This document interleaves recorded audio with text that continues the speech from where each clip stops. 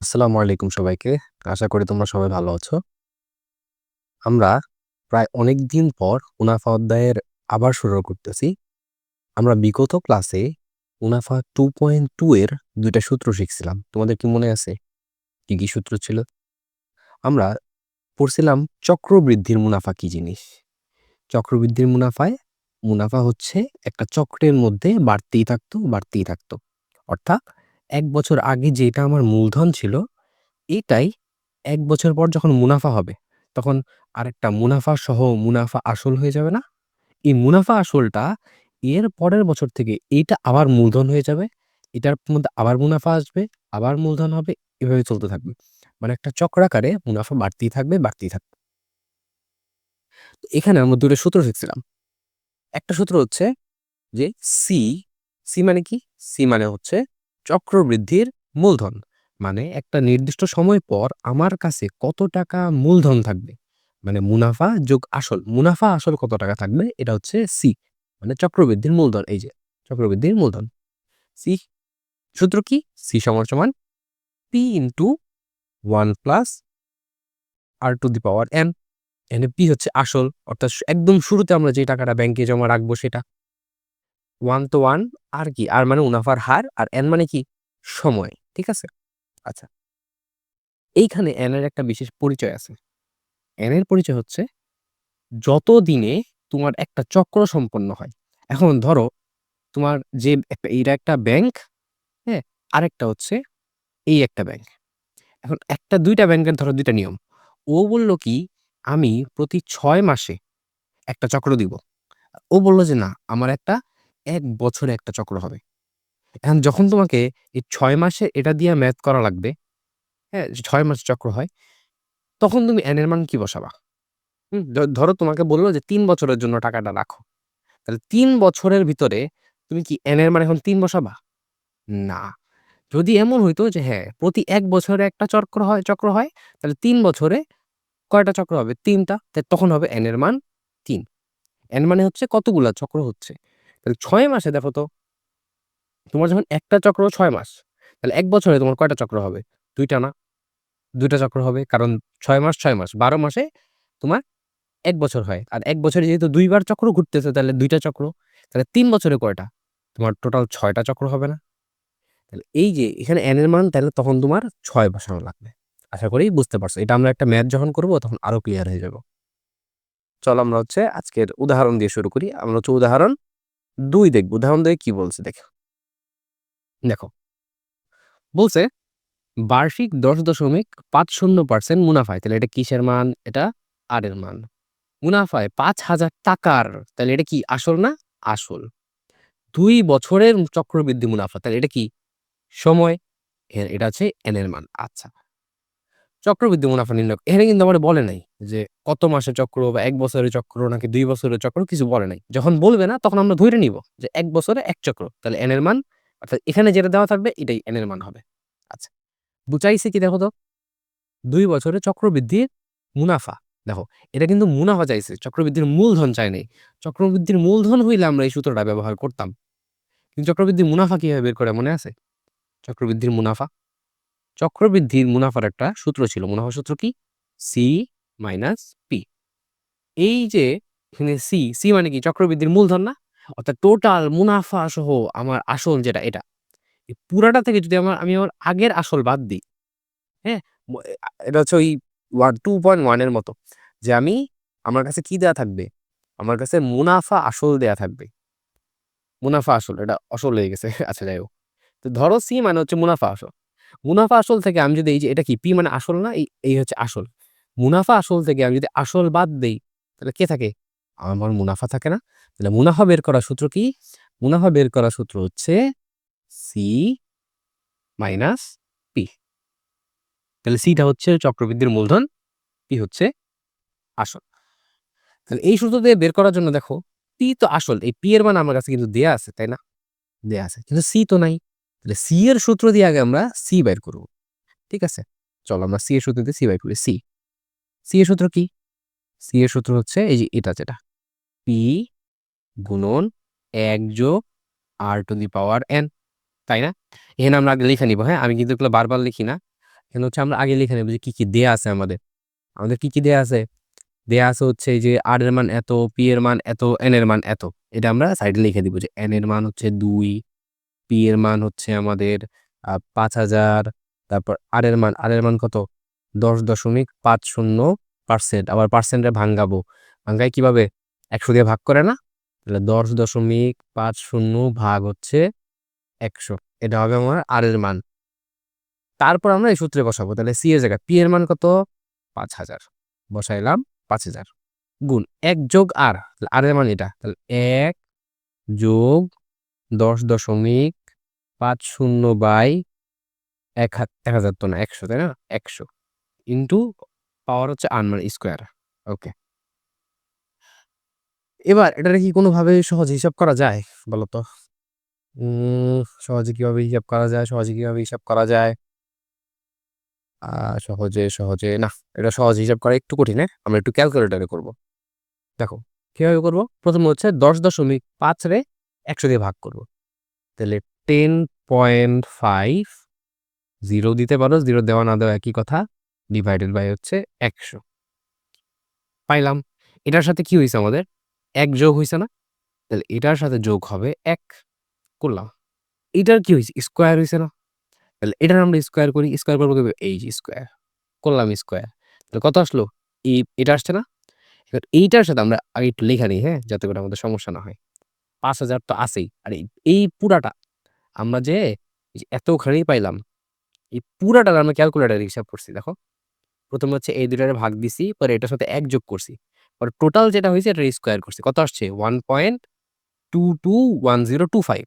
আর এইখানে আমরা লিখতে পারি যে ১.২২১। একটু লিখলেই হয়ে যায়। এত বেশি লেখার দরকার নেই। ঠিক আছে? আচ্ছা। এবার আমরা ১.২২১ এর সাথে কি গুণ করব? ৫,০০০ না? ৫,০০০ করলাম গুণ। তাহলে এটা কি পাইলাম আমরা? এটা আমরা পাইলাম টোটাল হচ্ছে কত? ৬,১০৫ পাইলাম সি। কিন্তু আমার কি সি লাগবে? আমার তো লাগবে কি? মুনাফা লাগবে না? তাহলে আমি মুনাফাটা এবার বের করি। আমাদের মুনাফা কত? এখানে কিন্তু আবার লিখবা যে এখন। আর এই সূত্রের আগে লিখবা কি? যে আমরা জানি। যারা নোট করতেছো তারা এই জিনিসটা একটু খেয়াল রেখে নোট করবা। এটা তো নিজেরাই মোটামুটি বুঝার কথা, হ্যাঁ? আচ্ছা। মুনাফা বের করব। মুনাফা মানে কি? C minus P. তাহলে সি কত? সি হচ্ছে ৬,১০৫। তাহলে ৬,০০০ সরি আমাদের এখানে হবে হচ্ছে ৬,০০০। ৬,১০৫ মাইনাস পি। পি মানে কত? এই যে আমাদের পি কত? ৫,০০০। ৫,০০০ তাহলে থাকলো কত আমার? ৳১,১০৫। আচ্ছা এখানে মনে হয় দশমিকের পরে কিছু একটা ছিল, তাই না? আমাদের এখানে আসে নাই। আচ্ছা। ওটা হচ্ছে কেন আসছে বলো তো? এই যে ওদের দেখো একটা দশমিক আসছে অ্যান্সারে। দেখো, দেখো আমাদের যেমন হচ্ছে এই যে ওদের সি এর মান কত আসছে দেখো? ৬,১০৫.13। আমাদের কিন্তু এটা আসে নাই। কেন? কারণ হচ্ছে আমরা এই যে এখানে ০৫ ছিল না আমাদের? এই ০৫ টা বাদ দিছি। এটা খুব একটা বড় বিষয় না, হ্যাঁ? কারণ তুমি পুরা অ্যাকুরেট হিসাব করতে পারবা না। দেখো ওরাও করে নাই। ওরা প্রায় লিখে দিছে। ঠিক আছে? তুমি যদি এইটাই দাও কোনো সমস্যা নেই। ওকে? অথবা তুমি তুমি যদি দেখতে চাও যে আসলেই ওদেরটা ঠিক আছে কিনা তাহলে 1.221 এটা কি ছিল? আচ্ছা 22105 মনে হয় ছিল। নাকি কি ছিল আমি ভুলে গেছি। তারপরে আমি গুণ দিই দেখি। এটার সাথে হচ্ছে ৫,০০০ গুণ দিব। দেখি কত আসে? আচ্ছা না এটা বেশি আসছে। তাহলে ওরা মেবি আরো কম সংখ্যা নিয়ে করছে। হ্যাঁ? তো এটা নিয়ে কোনো সমস্যা নাই। তুমি হচ্ছে দশমিকের পরে ২ থেকে ৩ ঘর। এর বেশি যে এক্সট্রা কোনো ঘর নেওয়ার দরকার নাই। তুমি ২ থেকে ৩ ঘর নিবা এটাই অনেক বেশি। এটা নিয়ে গুণ করে দিবা যেটা আসবে এটাই। তাহলে আমরা যেটা এখন পাইলাম সেটা কি? এটা কি অ্যাকুরেট হইছে পুরাপুরি? পুরাপুরি কিন্তু অ্যাকুরেট হয় নাই। পুরাপুরি যেহেতু অ্যাকুরেট হয় নাই, তাহলে আমরা কি করতে পারি? এটার প্রায় বইলে দেওয়া লাগবে না? তাহলে এইভাবে এখানে আমরা একটা চিহ্ন দিব, হ্যাঁ? দিয়ে লিখব ১,১০৫ এইখানে লিখে দিব প্রায়। ঠিক আছে? এই যে এই চিহ্নটার মানে প্রায় বোঝায়। আবার এখানে প্রায় লিখে দিব। এরপরেই এটাই আমাদের অ্যান্সার। এখন উদাহরণ ৩ দেখো। এটা একটু মজার। এই যে একটু আগে আমরা হচ্ছে কি জিনিস এটা শিখলাম না? ওই টা দিয়েই এবার দেখবে একটা মজার ম্যাথ দিছে। কি ম্যাথ? বলছে একটি ফ্ল্যাট মালিক কল্যাণ সমিতি আদায়কৃত সার্ভিস চার্জ থেকে উদ্ধৃত কত ৳২,০০,০০০ ব্যাংকে ৬ মাস অন্তর চক্রবৃদ্ধি মুনাফা ভিত্তিক স্থায়ী আমানত রাখলেন। মানে সোজা আলাপ যে 2,00,000 টাকা ব্যাংকে রাখছে। কিন্তু ব্যাংকটা কি ১ বছরের অন্তরে চক্রবৃদ্ধি হয়? না। ব্যাংকটা ৬ মাস অন্তর, অন্তর চক্রবৃদ্ধি হয়। আচ্ছা। এরপর মুনাফার হার দেওয়া আছে বার্ষিক ৳১২ মানে ১২%। ৬ মাস পর ওই সমিতির টাকা হিসাবে কত টাকা মুনাফা হবে? ওকে। আচ্ছা, এরপরে কি? ১ বছর পর চক্রবৃদ্ধি মূলধন কত হবে? এখন ওরা দেখো কি করছে। ওরা দেখো তো আমরা এখানে চক্রবৃদ্ধি নিয়ে হিসাব করতেছি না। কিন্তু ওরা কিন্তু সূত্র কোনটা ফালাইছে দেখো তো সরল মুনাফার সূত্র ফালাই দিছে না? বলতে পারবে এটা কেন? এই সূত্র ফালাইছে কারণ হচ্ছে ১ম ৬ মাসে কিন্তু একটাই চক্র। আর যখন চক্র একটাই হয়, হ্যাঁ? তোমার ধরো বলল যে ১ বছরের জন্য টাকা রাখছো। আর চক্র ধরো প্রতি ১ বছরেই একটা চক্র ঘুরে, হ্যাঁ? তখন তুমি এই সূত্র দিয়া মুনাফা বের করতে পারবা। কারণ ১ বছরে একটাই চক্র হয়। চক্র বেশি হইলেই আর এই সূত্র দিয়ে কাজ করা যায় না। তো যখন তোমার বলছে যেহেতু ৬ মাসে চক্র হয় আর ৬ মাসের মুনাফাই চাইছে, তাহলে এটা কি ১ চক্র না? তো ১ চক্রের জন্য তুমি এই সূত্র ব্যবহার করতে পারবা। হ্যাঁ, তুমি বলতে পারো তাহলে স্যার আমরা যে মাত্র শিখলাম চক্রবৃদ্ধির মুনাফার সূত্র, ওইটা কি হবে না? হ্যাঁ, অবশ্যই হবে। কেন হবে না? আমরা ওদের নিয়মে যাও করলাম না। কারণ ওদেরটা তো এখানে দেয়াই আছে। আমরা আমাদের মতো করে করব। দেখো, যেহেতু সূত্র একটা শিখছি, কি সূত্র? আমাদের চাইছে কি? আমাদের চাইছে ৬ মাসে কত টাকা মুনাফা জমা হবে। তাহলে মুনাফার সূত্র জানি কি শিখলাম? মুনাফার সূত্র শিখছি C মাইনাস P, তাই না? P তো দেয়াই আছে। এই যে আমাদের P, ৳২,০০,০০০ P। এখন আমাদের কিন্তু C নাই। তাহলে C এর একটা সূত্র আমরা শিখছি না? যে আমরা জানি C সমান, সমান কি? এটা হচ্ছে P into 1 plus R whole to the power n শিখছি। এখানে আমরা বসাই। দেখো, আমরা আগে এখানে অবশ্যই যে আগেরবারের মতো লেখা নিয়েছি কি দেয়া আছে, হ্যাঁ? আচ্ছা। P এর মান কত? ২,০০,০০০। একক, দশক, শতক, হাজার, অযুত, লক্ষ। ওকে। একেকটা শূন্য একেক সাইজের কেন হইছে? আচ্ছা। ১, ২, ৩, ৪, ৫। ঠিক আছে? ওকে, তাও একেক সাইজের হইছে। যাই হোক। আচ্ছা। এরপর 1 প্লাস R, R এর মান জানি কত? ৳১২ মানে ১২% ছিল না? বার্ষিক মুনাফার হার? ১২%, পার্সেন্ট মানে কত? ১০০ দিয়ে ভাগ। আর উপরে N। দেখো তো আমি N মানে কি বলছিলাম? একটা চক্র। তাহলে কোন ব্যাংক যে তোমাকে প্রতি ৬ মাসে একটা চক্র দিতেছে, তাহলে ৬ মাস পর যখন তুমি মুনাফা হিসাব করতে যাবা, হ্যাঁ? আগে কিন্তু আমরা সরল মুনাফা কি করতাম? যখন ৬ মাস হইতো, সরল মুনাফায় কিন্তু ৬ মাস মানে অর্ধেক বছর। তখন আমরা এই যে n এর মান অর্ধেক ধরতাম। তাই না? মনে আছিল? একটা ম্যাথ এরকম ছিল যে অর্ধেক বছরে।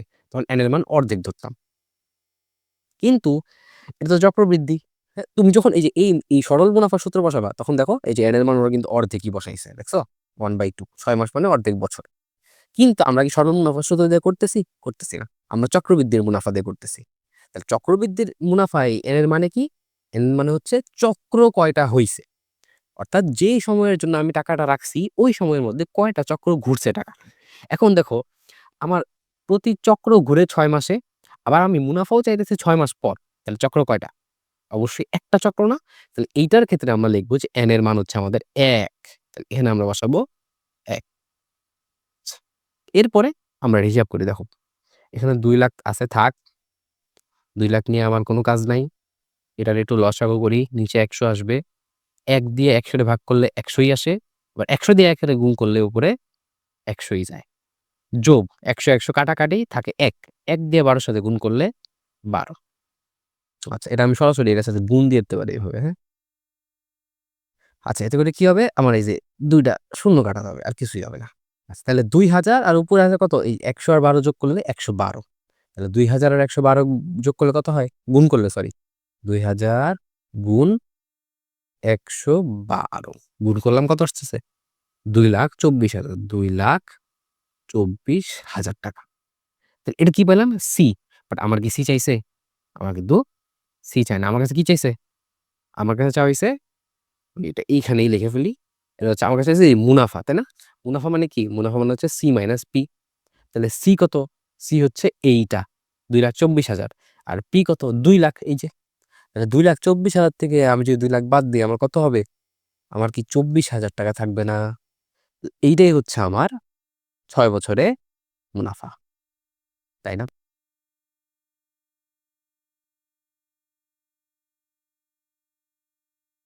এখন তোমরা কি বলতে পারবা যেখানে কি আমরা ম্যাথ ঠিক করছি না ভুল করছি? হ্যাঁ, দেখো তো আমাদের মুনাফা বের হইছে কত? ২৪০০ টাকা না? ওদের মুনাফা বের হইছে দেখো কত? ১২০০ টাকা না? সরি ১২,০০০ টাকা আর আমাদের ২৪,০০০ টাকা। তাহলে আমরা কি উত্তর মিলছে আমাদের? মিলে তো নাই। এখন বলো তো যে কেন মিলে নাই? একটু গেস করো যে আসলে এখানে আমরা এমন কি সমস্যাটা করলাম যে যার কারণে আমার উত্তর মিলল না? দেখো, তোমাদের সাথে আমি মিলাই। দেখো পি এর মান বসাইছি। দেখো তো পি ২,০০,০০০ টাকা। পি ২,০০,০০০ এটার মধ্যে কোনো সন্দেহ আছে? একদমই সন্দেহ নাই। কারণ এই টাকাটা তো আমরা জমা রাখছি। ওকে। সূত্রের ১ বসাইছি, বসছে। আর কত? ১২% বসাইছি। আচ্ছা। আর n এর মান কত? ১ চক্র তাই ১ বসাইছি। এখন দেখো তো সমস্যাটা কই তাইলে? সমস্যাটা আসলে আমাদের এই আর এর মধ্যে। আমরা যখন ৬ মাসের মধ্যে আমি মুনাফা হিসাব করতেছি, দেখো তো মুনাফার হার যেটা দেয়া ছিল এটা কি বার্ষিক না? বার্ষিক মুনাফার হার না? তাহলে কি যেটা বার্ষিক মুনাফার হার ওই সেম হারেই কি আমার ৬ মাসের মুনাফা হবে বলো তো? অবশ্যই হবে না। হ্যাঁ? অবশ্যই হবে না। তো ৬ মাসের মুনাফার হার যদি আমি বের করতে চাই, কি করা লাগবে? বার্ষিক মুনাফা ১ বছরে যদি ১২% হয়, তাহলে অর্ধেক বছরে কি ১২ র অর্ধেক অর্থাৎ আর এর মানটা আমার ৬% হবে না? অবশ্যই ৬% হবে। তো এই জায়গায় আসলে আমরা ভুলটা কি করছি? এখানে আমার ৬% হওয়ার কথা। তাই না? তাহলে এইখানে আমাদের শুধু কি করা লাগবে? এখানে হচ্ছে খালি একটা ৬ দেয়া লাগবে। আর কিচ্ছু করা লাগবে না। ঠিক আছে? তাহলে এবার যদি আমরা দেখো হিসাব করি, এবার দেখব যে আমাদের ম্যাথ মিলে গেছে। তাহলে ২,০০০ গুণ এবার কত? ১০৬ না? ১০৬ দেখো এই যে কত আসছে? এটা কিন্তু এরকম আসে নাই। এটা আসছে কত? এই যে ২,১২,০০০ টাকা। তখন আমি যখন এই ২ টা থেকে বাদ দিব, তখন এইখানে আমার চলে আসবে ১২,০০০ টাকা। আমাদের এইখানেই অ্যান্সারটা মিলছে। তাহলে এখানে আমরা ২ টা জিনিস শিখলাম। একটা কি? একটা হচ্ছে যদি একটাই চক্র হয় সেক্ষেত্রে আমরা n এর মান অর্ধেক বছর বসায়ে কিংবা ধরো এখানে যদি ৬ মাস না থাকতো, এখানে ধরো ৬ মাসের জায়গায় তোমাকে হচ্ছে অন্য কোনো একটা বছর দিল। যেমন ধরো ৬ মাসের জায়গায় কত মাস হইতে পারে বলো তো? এখানে ধরো তোমাকে দিল যে কয় মাস? বলো। আমাকে হচ্ছে ধরো দিল ৬ না ৬ এর জায়গায় ধরো হচ্ছে আমাকে ৪ দিল। ৪ মাস। ওকে? তাহলে ৪ মাসে আমার কয় বছর হয়?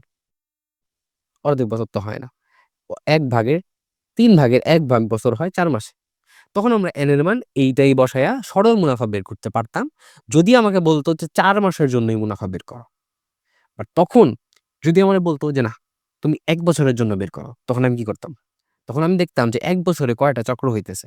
যদি ৪ মাস হয় তাহলে ৩ টা ৪ মাস মিলায়া ১২ মাস হইতেছে। এর মানে প্রতি ১ বছরে চক্র ঘুরতেছে ৩ টা। তাহলে n এর মানও এখানে আমাদের ৩ বসানো লাগতো। তাই না?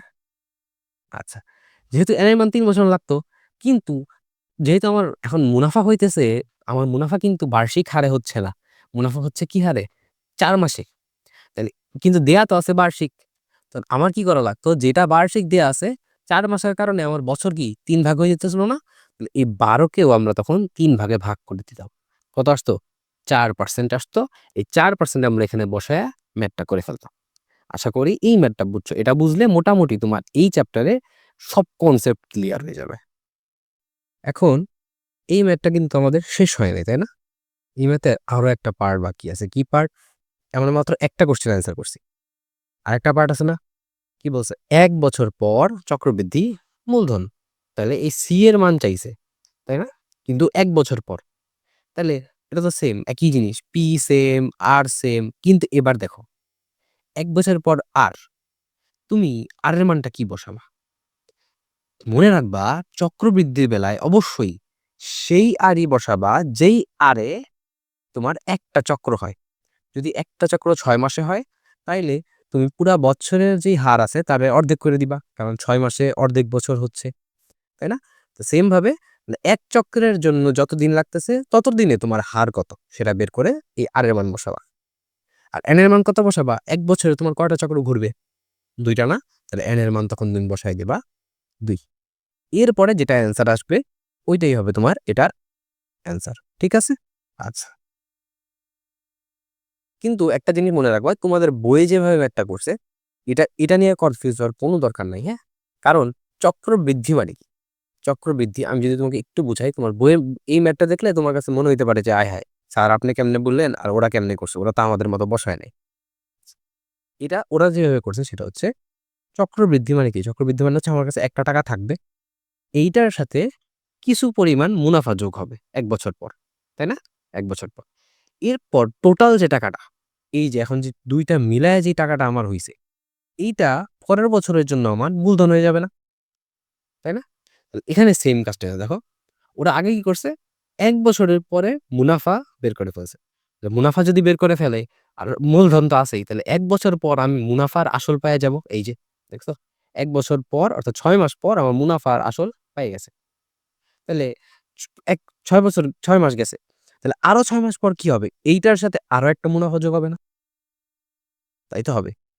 ওরা কি করছে? এইটার সাথেই এটার মূলধন ধরে নিছে। এটার মূলধন যখন ধরে নিবে, তাহলে ও তো অলরেডি ৬ মাস পার করে ফেলছে। তাই না? আর বাকি আছে ৬ মাস। তাহলে ৬ মাসে হয় কত বছর? অর্ধেক বছর। কিন্তু চক্র হয় কয়টা? একটা না? তাহলে আমি বলতেছিলাম যে সূত্রের মধ্যে বসাবা n এর মান ২। কিন্তু ওরা দেখো এই যে সূত্রটা বসাইছে, n এর মান কত বসাইছে? এখানে কিছু নাই মানে ১ বসাইছে। কেন? কারণ ওরা অলরেডি ৬ মাসেরটা বের করে ফেলছে। পরে এই ৬ মাসেরটারে আসল ধরে ওরা কি করছে? এই n এর মান ১ বসাইছে। কারণ ৬ মাসেরটা যখন আসল তখন আর চক্র বাকি আছে একটাই। আরেকটা চক্র পার করলেই তার ১ বছর হয়ে যায়। তাহলে চক্র যেহেতু একটা বাকি, তাই ও কি করছে? এখানে n এর মান ১ বসাইছে। কিন্তু আমরা কিন্তু আসল এটারে ধরি নাই। আমরা আসল কিন্তু এই যে ২,০০,০০০ টারই ধরতেছি। এইটাতে যখন ধরবো তখন কিন্তু চক্র আমার ২ টা। তাই না? একবার ১ম ৬ মাস পরে আরো ৬ মাস।